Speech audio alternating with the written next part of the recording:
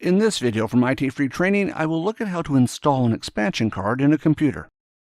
Expansion cards provide additional features to the computer beyond what the computer was originally designed to do. It is a very common task for a computer technician to perform, and thus important to understand how to do it. To start with, let's look at what an expansion card is. An expansion card is simply a modular board that provides extra functions to the computer. Generally speaking, an expansion card plugs into the computer's motherboard. Expansion cards come in many different sizes. They can be large, like this graphics card, or small, like this network expansion card for a laptop. Generally, the expansion cards will be rectangular in shape. I have seen some in other shapes, like triangular. However, the most common type is rectangular. Riser cards are also considered to be expansion cards. Riser cards meet the requirement for an expansion card as they provide additional functions to the computer. In the case of this riser card, the riser card adds 2 additional expansion slots to the computer. Generally, expansion cards plug into a slot. There are a number of different slot types available. The expansion cards themselves can vary in size. Generally, the size will start around the size of a credit card and go up to larger cards such as video cards. Very small components that plug directly into the motherboard are not referred to as expansion cards. Generally, these are just called modules or components. For example, a trusted platform module that adds security features to a motherboard is about the size of a postage stamp. It is not called an expansion card. Instead, it is just referred to as a module. Also, components like memory are not referred to as expansion cards. Technically, they are not providing any more functions to the computer, just increasing the existing memory in the computer. To put it simply, if it adds additional functions to the computer, plugs into a slot, and is rectangular in shape, it is most likely an expansion card. Let's look at what you need to consider before purchasing an expansion card. The first thing to consider is compatibility. Expansion cards are designed to be used in a particular slot and used with particular versions of that slot. In the case of the vast majority of expansion cards, they are backwards compatible. That is, an expansion card of a higher version will work in an expansion slot of a lower version. Generally, when installing an expansion card, you want to put the expansion card in a slot that supports the highest version the expansion card supports, in order to get the best performance. There have been many different expansion slot types over the years. Shown here is the PCI slot, which was popular back in the 90s. There were other slots, however, PCI was the most widely used back then. Nowadays, all the other slots have disappeared, and PCI has also become rare on motherboards. It has been replaced by PCI Express. PCI Express comes in many different sizes and also has a number of different versions. Shown here is a PCI Express by 1 version 2 slot. The by in the name refers to the number of lanes the slot supports. In order to have more lanes, more pins are required. Thus, to support more lanes, the slot needs to be longer. Shown here is a PCI Express by 16 version 3 slot. This is currently the largest slot supported by PCI Express. However, notice that this PCI Express slot is the same size. However, it only has 8 lanes, or by 8. Essentially, half the pins are not connected. So this means that if you plug a 16-lane expansion card into a by 8 slot, the expansion card will only be able to use 8 of the lanes. When installing expansion cards, you essentially just need to ensure the expansion card is designed to go into the correct slot. Once you start looking at different expansion slots, you will start to recognize them quite easily. If you are not sure, before installing it, hold it up to the expansion slot to make sure it is the same size. Expansion slots are designed in such a way so that the wrong expansion card cannot be put into the wrong slot. The next point to consider is there a device driver available for that expansion card? In some cases, the motherboard will also need to support the expansion card, for example, requiring extra connectors or power cables. The device drivers are important, and generally it will come down to which operating system you are using as to whether the device driver is available.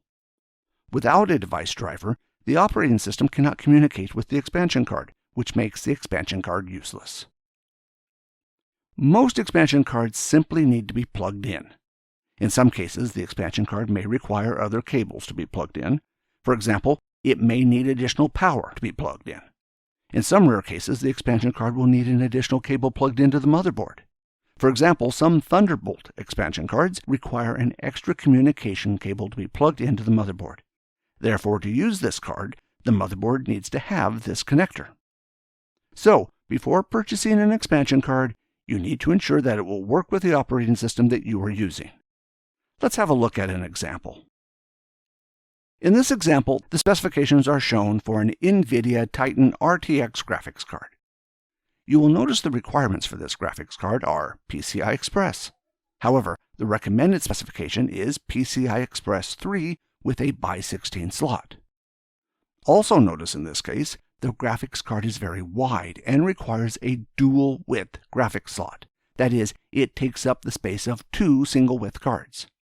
If you are planning to use a graphics card like this, make sure that, when practical, you put the graphics card into a PCI Express version 3 by 16 slot.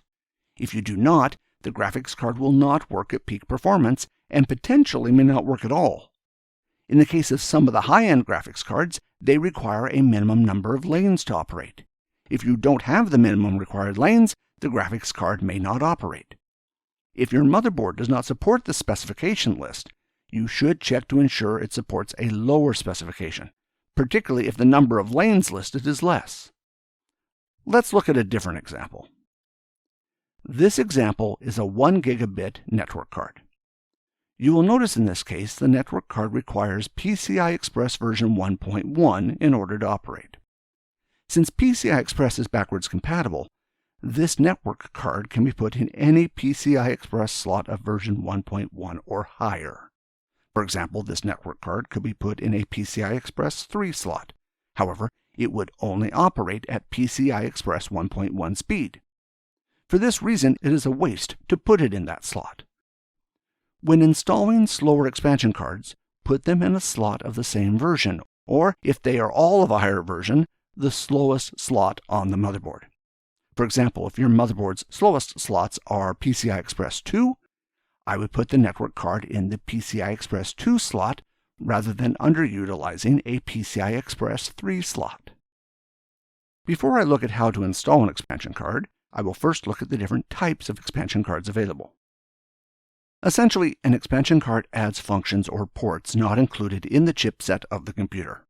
There are many different expansion cards on the market. For example, if you require an additional network card, or your motherboard does not have one or is broken, it can be added. Commonly, a graphics card will be added to a computer. Some motherboards or CPUs have a built-in graphics adapter, but even in this case, these graphic card adapters are not as powerful as standalone graphics cards, so in many cases a graphics card will be added. The expansion card comes in different shapes and sizes. In some of the older servers, you may find that expansion cards are quite large. If you compare it to the graphics card, it is around the same size physically, but has a larger connector.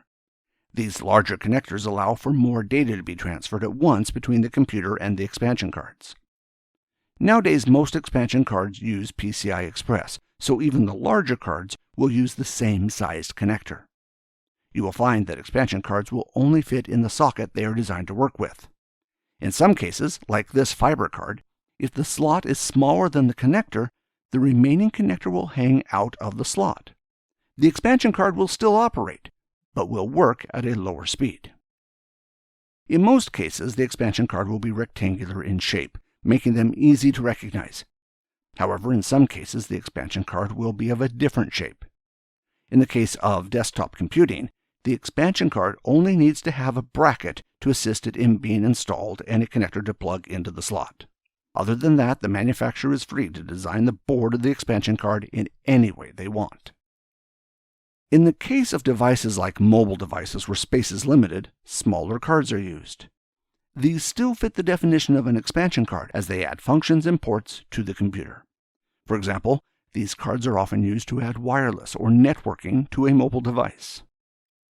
I will now have a look at how to install and remove an expansion card from a computer. In this demonstration, I will install and remove a video card from this computer. Before I start, I have my computer case connected to my anti-static mat and anti-static wristband. I will next put on the wristband.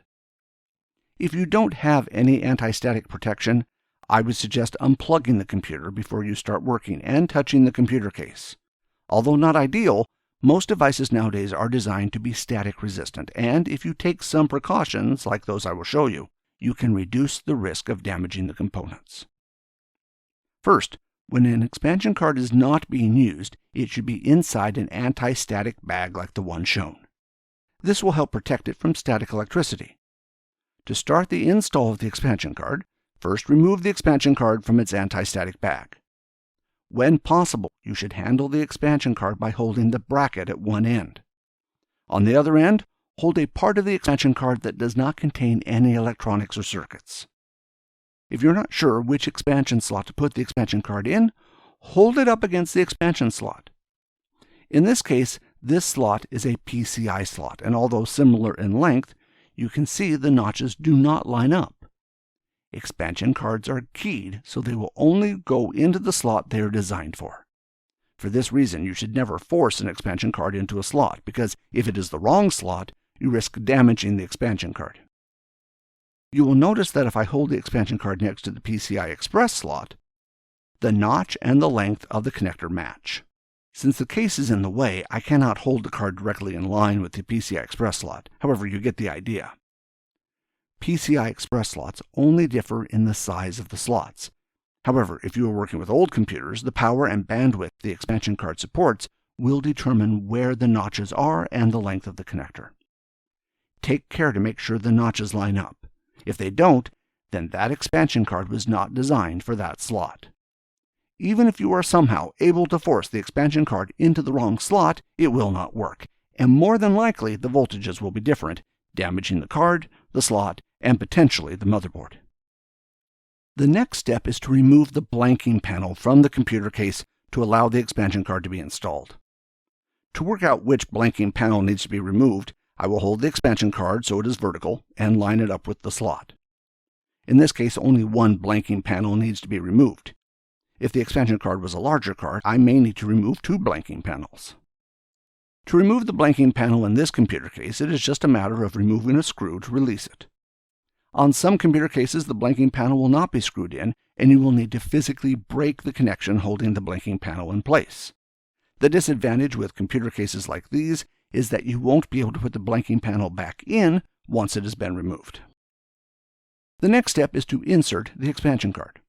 First, place the expansion card into the slot so the connector is lined up with the slot. Push down on the expansion card on both ends. You should attempt to push the expansion card in with equal force with each hand, so it goes in smoothly on both ends. However, sometimes the expansion card will not want to go into the slot. When this is the case, you can gently rock the card backwards and forwards to assist it in going into place. You want to avoid putting one side all the way in before the other. Having the expansion card on too much of an angle when installing it can damage the connectors. With just a little bit of force and a little wiggle, if required, the expansion card should go in. If the expansion card is not going in easily, check the slot to make sure you are putting it in the correct one. Also, check to ensure there is nothing in the way. Other components in the computer, including memory, storage devices, and cables, can get in the way. Once the expansion card is in place, there is one, or in the case of some larger expansion cards, two screws that need to be put in to hold the expansion card. It is important to secure the expansion card. If you do not secure the expansion card, it can come loose. This is particularly a problem with expansion cards that have external connectors, such as graphics cards. When plugging or unplugging connectors, this puts force on the expansion card, and the expansion card can pop out of the slot if not secured. When this occurs, you risk damaging the computer or expansion card, and at the very least, the computer may crash or restart. The expansion card, once installed, should be flush up against the back of the computer case. If it is not, it may be that the expansion card or the computer is on an angle or the motherboard has not been installed correctly. To remove the expansion card, it is just a matter of removing the screw holding the expansion card in place. Once the screw is removed, the expansion card can be removed.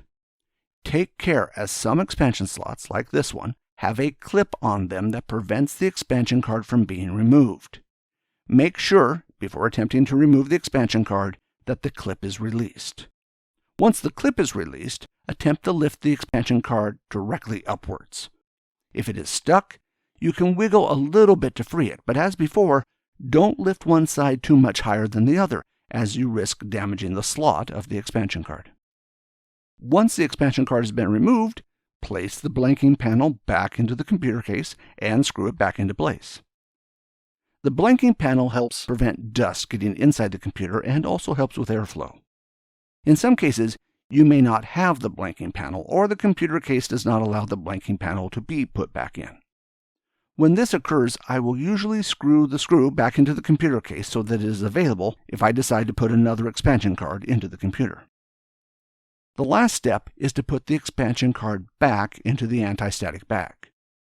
When doing this, and at any other time that you are handling an expansion card, hold the expansion card by the bracket or part that does not contain any circuits or components. Once the expansion card is back in its anti-static bag, it can be placed into storage. That concludes this video on installing expansion cards. I hope you found this video useful, and I look forward to seeing you in other videos from us. Until the next video, I would like to thank you for watching.